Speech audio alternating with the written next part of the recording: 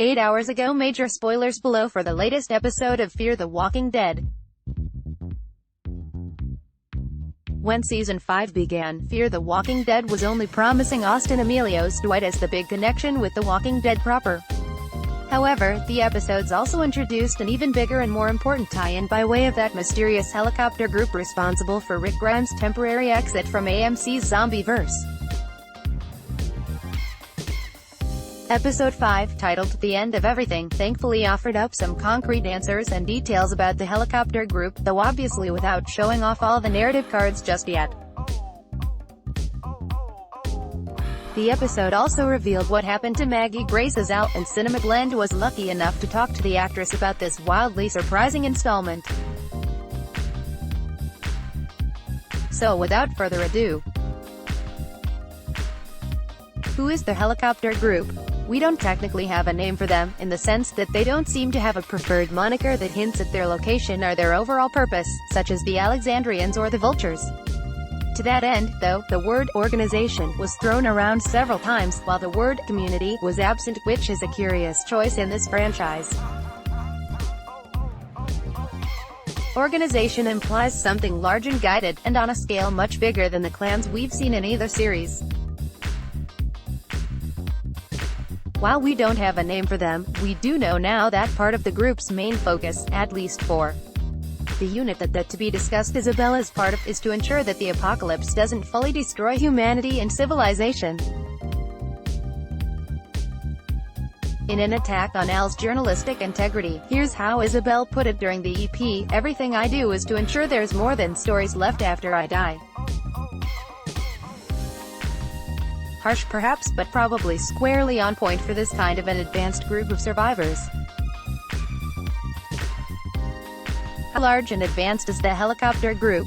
From a logical standpoint, audiences have only seen one helicopter at a time, and now know there are at least 2 males, 1 deceased, and 1 female member of this group. As such, it's relatively feasible that this is a tiny group operating under a smokescreen of propaganda. But on the other hand, they do seem pretty damned organized and advanced. For one, the guy on the radio stated he'd be sending a reclamation team to the site to pick up Isabel in the event that she couldn't find fuel. And the fact that Al got so little sympathy from Isabel indicates that the group may be so large that there's zero worth in discovering and rescuing other small groups of survivors. Here's what Maggie Grace told me when I asked about Al's takeaway concerning the group size. Just by the tidbits she has, it seems like a culture with a lot of precision, and perhaps a brutal one. It's by no means benevolent. I think Al and her excitement about humanity continuing, and what other kinds of technology they might have, is tempered by trying to gauge how they operate, and what's important to them as a society. It certainly wasn't a breath of fresh air to have Isabel turn her nose up at Al's goals of carrying on humankind's story through videos and stories. Plus, seeing how ruthless and demanding Isabel is at first likely doesn't make Al think warm thoughts about who's on the other end of that walkie-talkie. The backstory behind Dwight finally smiling in the Walking Dead franchise may be the biggest tactile example of the helicopter group's advanced nature is the jackets that they wear. On top of whatever the wiring in there does, they're designed to withstand walker bites, which is genius. More interestingly, the suits have the 3-circle symbol woven into them, which is definitely a more skillful task than painting the circles onto the side of the helicopter. Here, Maggie Grace talks about that jacket and what Al thinks when she sees it. There's a lot she doesn't know. I think she even feels that in the scene on the road with the jacket being handed to her, and there's just this gut feeling of "get that symbol off of me." I don't know what it means yet. She has no idea. I personally like to call the symbol the Olympics, but that's just me. I use it as a code word for the organization. But yes, if Isabel is involved with the Olympics, wink wink, laughs, but yeah, I think there's some good indicators here that they have some really advanced technology, and what Isabel alludes to by the fire is paradigm shattering and just blows up Al's world. We have yet to see what the group's home base looks like, but it doesn't sound like we or anyone else from Al's group is going to be welcomed with open arms.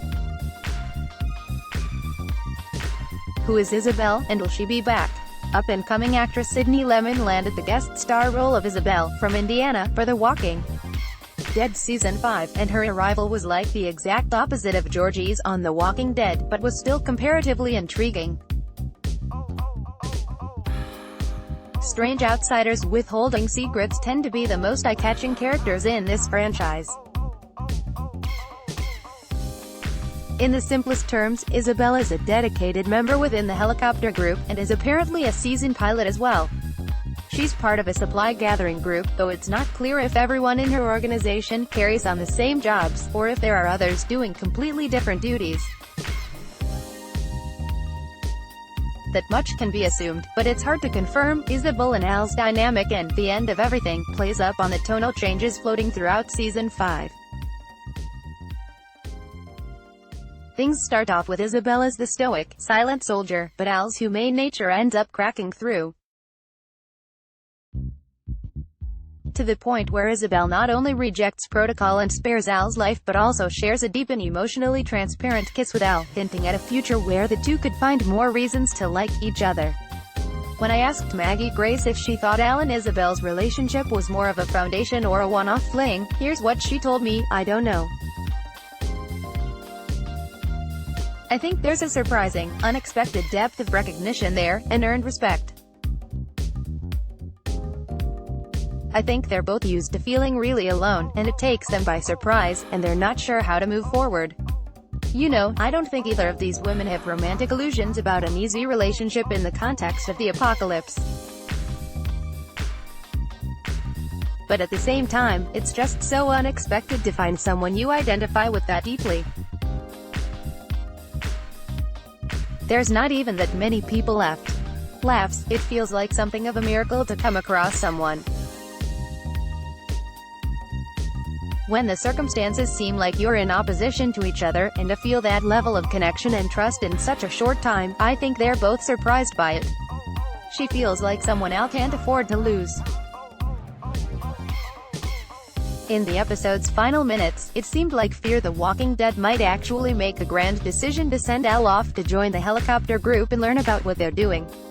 Alas, Isabel says that the group and its mission is bigger than both of them, and that things must stay as they are, with Isabel lying about not finding anyone. Here's how Maggie Grace reacted to Al and Isabel having to say goodbye to each other in that moment.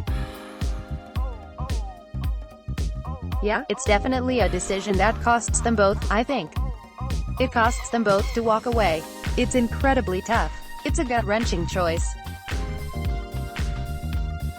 I think it's the only choice that preserves everyone's safety. Al's, Isabel's, and the lives of Al's group. But she also has to live with knowing there's this person out there that, I don't think she's felt this alive since her brother died. But even more so, that this wider world and organization exists that has this level of technology. It seems like something Al would be into." Laughs. "If this was a modern-day crime show or something, you know Al would have slipped some kind of a transponder onto Isabel's helicopter that would signify its location upon reaching the rest of the group. Unfortunately, those kinds of devices went extinct when walkers took over." What is the helicopter group doing in that area? It took a while for Al to get some legitimate information out of Isabel, but that trust-filled rock climb put the characters on equal footing for once. Isabel revealed that she was in the area doing what the group normally does, which is to scout supplies useful for purifying water. If these people are flying to places that are impossible to get to using any vehicle besides a helicopter, then it must be a pretty large-scale endeavor, though Isabel doesn't reveal anything beyond that. Isabel knew about that surplus of helicopter fuel, too, so her group seems to have worked out a lot of travel and transport decisions and strategies during the time when the other survivors have been scraping by. But who's behind it all, and how did they get things organized on such a massive scale?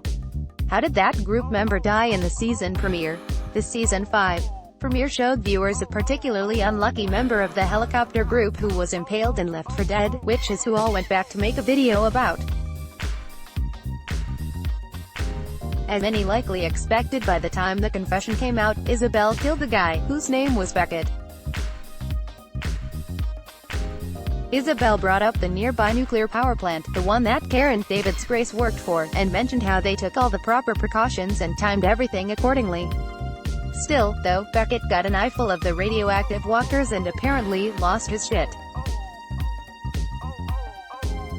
And because nobody just walks away, Isabel had to follow protocol and put Beckett out of his misery. The reasoning behind the execution ties to the many different maps that Beckett had in his jacket pockets. Those were the ones that viewers got a quick peek of whenever Al was looking through them.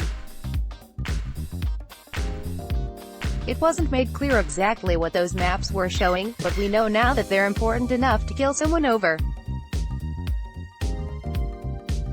Here's hoping there's some other way to learn of their importance, in the event that Isabel never returns. What happens next for Al's group and the helicopter group? Though Morgan and Alicia would love to know everything Al does about the helicopter organization, they won't be hearing anything in the near future, as Al will remain true to her promise to Isabel to keep it all under wraps. Al has to lie to her friends about it, but the decision doesn't seem to be informed by anything malicious. When I asked Maggie Grace if Al's choice to stay silent about Isabel is a possible sign of the character becoming more untrustworthy, the Fear star did not buy into that line of thinking. I think this is a weight she has to carry. I don't think she's doing it out of some sort of calculated or strategic benefit. She hasn't done a full cost-benefit analysis and considered them unworthy to receive the information. I think she really took Isabel at her word. For instance, that they couldn't commandeer the helicopter and live to make it to the other side. There's a lot of stakes around this knowledge that she has to live with. I think she really wants to keep everyone as safe as possible. Al's desire to remove Morgan, Alicia and the rest out of the path of immediate harm is what will drive her to cordon the knowledge off from everyone else's ears. But what happens if they come across another helicopter and Strand or Lucy tries to commandeer it for the protagonists? Will Al be forced to reveal what she knows in order to stop them from pissing the other group off? I wonder if it's safe to assume that Isabel's group is finished with the part of their mission that's tied to these immediate surroundings. I seriously doubt the helicopter group is going to be gone for good, mind you, but our central characters may have to do some traveling of their own in order to cross paths with them again. If only Al had somehow made a copy of the tape with those maps on it. With 3 more episodes to go before taking a shortened month-long summer hiatus, Fear the Walking Dead airs Sunday nights on AMC at 9:00 p.m. ET. Blended from around the web. Let's block ads. Why?